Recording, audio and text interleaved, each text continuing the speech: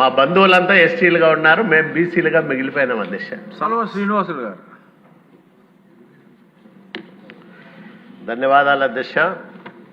అధ్యక్ష, తమరికి కూడా ఈ విషయం పార్లమెంట్ సభ్యుడిగా ఉన్నప్పుడు కేంద్రంతో మాట్లాడిన విషయమే అధ్యక్ష. చాలా సంవత్సరాలుగా ఆంధ్రప్రదేశ్ రాష్ట్రంలో వాల్మీకి బోయలు ఎస్టీలో చేర్చాలని పదే పదే విజ్ఞప్తులు చేస్తూ ఉన్నాం. చంద్రబాబు నాయుడు గారి పాలనా కాలంలో 14-19 మధ్యకాలంలో ఒక శాస్త్రీయ అధ్యయనం జరిగిన తర్వాత కేంద్రానికి సిఫార్సు చేసిన తర్వాత కేంద్ర ప్రభుత్వం 6 విషయాల్లో రాష్ట్ర ప్రభుత్వానికి సంబంధించి వివరణ అడిగింది అధ్యక్ష. అది ఇవ్వకోకుండా జగన్మోహన్ రెడ్డి మళ్ళా ప్రత్యేకంగా ఒక కమిషన్ వేసి పంపించాడు అధ్యక్ష. ఓన్లీ రాయలసీమ వరకే పరిమితం చేయమని. కానీ అది కూడా రిజెక్ట్ అయింది అధ్యక్ష. నేను మీ ద్వారా ప్రభుత్వానికి విజ్ఞప్తి చేసేది ఏమంటే, చాలా కాలంగా దశాబ్దాల కాలంగా ఎప్పుడో బ్రిటిషర్స్ కాలం నుంచి సిటీ యాక్టులో ఉండి తర్వాత డీనోటిఫైడ్ ట్రైబ్స్ అధ్యక్ష.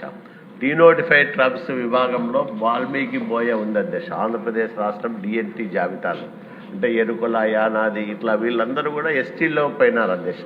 మేము బీసీఏగానే మిగిలిపోయినాం అధ్యక్ష. ఎన్ని కమిషన్లు రికమెండ్ చేసినా, ఎంతమంది ప్రయత్నాలు చేస్తున్నా, ఎందుకనో కేంద్ర ప్రభుత్వంలో ఈ national census commission of India RGI వాళ్ళు దీన్ని రిజెక్ట్ చేస్తూ ఉన్నారు.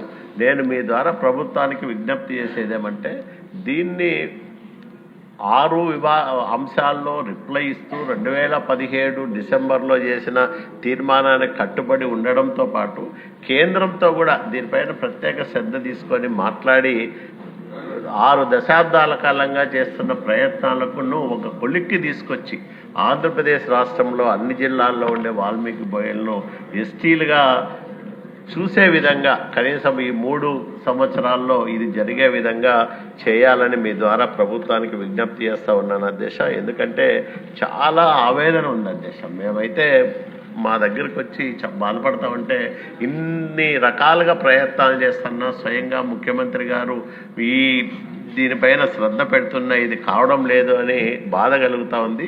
మొన్ననే ఈ మధ్య నవంబర్లో లోకేష్ బాబు గారు వచ్చినప్పుడు మేమందరం గుమ్మనూరు జయరాం గారు, నేను, తర్వాత అంతకుముందు ముఖ్యమంత్రి గారు, మా పార్సార్ డాక్టర్ గారు అందరూ కలిసి విజ్ఞప్తి చేశాం అధ్యక్ష. అయితే తాజాగా 6/1/2026లో భార్గవి గారు, మన డైరెక్టరు ట్రైబల్ వెల్ఫేర్ డిపార్ట్మెంట్ నుంచి రాష్ట్ర ప్రభుత్వము సెక్రటరీ ట్రైబల్ వెల్ఫేర్ డిపార్ట్మెంట్కి ఒక లేఖ రాశారు అధ్యక్ష.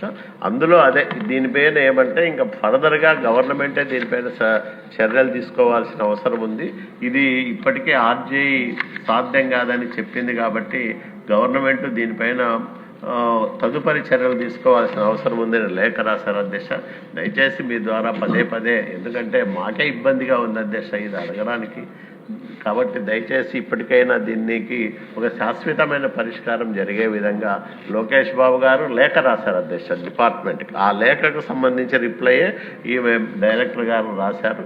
కాబట్టి దయచేసి ఈ విషయం ఈ 3 సంవత్సరాల కాలంలో పరిష్కారం అయ్యే విధంగా మీరు కూడా కేంద్రంతో మాట్లాడి చర్యలు తీసుకోవాలని విజ్ఞప్తి చేస్తున్నాను అధ్యక్ష. ఇందాక శ్రీనివాసులు గారు మీరు చెప్పినట్టు అప్పుడు నేను ఒక కొద్ది రోజుల పాటు అందరితో కలిసి తిరగటం జరిగింది. స్పెసిఫిక్ ఎగ్జాంపుల్ కూడా, ఒకే కుటుంబంలో బళ్ళారిలో ఉన్నవారు ఎస్టీగా ఉండి అదే కుటుంబ సభ్యులు కొంతమంది ఇటుపక్క ఉన్న వాళ్ళేమో బీసీఏలుగా ఉండటం జరుగుతుందని చెప్పి అప్పుడు సోషల్ జస్టిస్ మినిస్టర్ గారిని కూడా అడగటం జరిగింది. డెఫినెట్గా మళ్ళీ అది పరిశూ చేస్తే తీరని సమస్య అయితే కాదు అని నేను అనుకుంటున్నా. గట్టిగా కృషి చేద్దాం. అవును,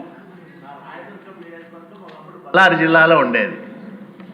ఇప్పుడు మళ్ళీ భాషా ప్రయుక్త రాష్ట్రాలు ఏర్పడిన తర్వాత ఆదోని కానీ రాయదుర్గం కానీ కొందరు ఇటు ఉండిపోయారు. కాబట్టి మా బంధువులంతా ఎస్టీలుగా ఉన్నారు, మేము బీసీలుగా మిగిలిపోయినాం అధ్యక్ష. సమంజసమైన రిక్వెస్ట్.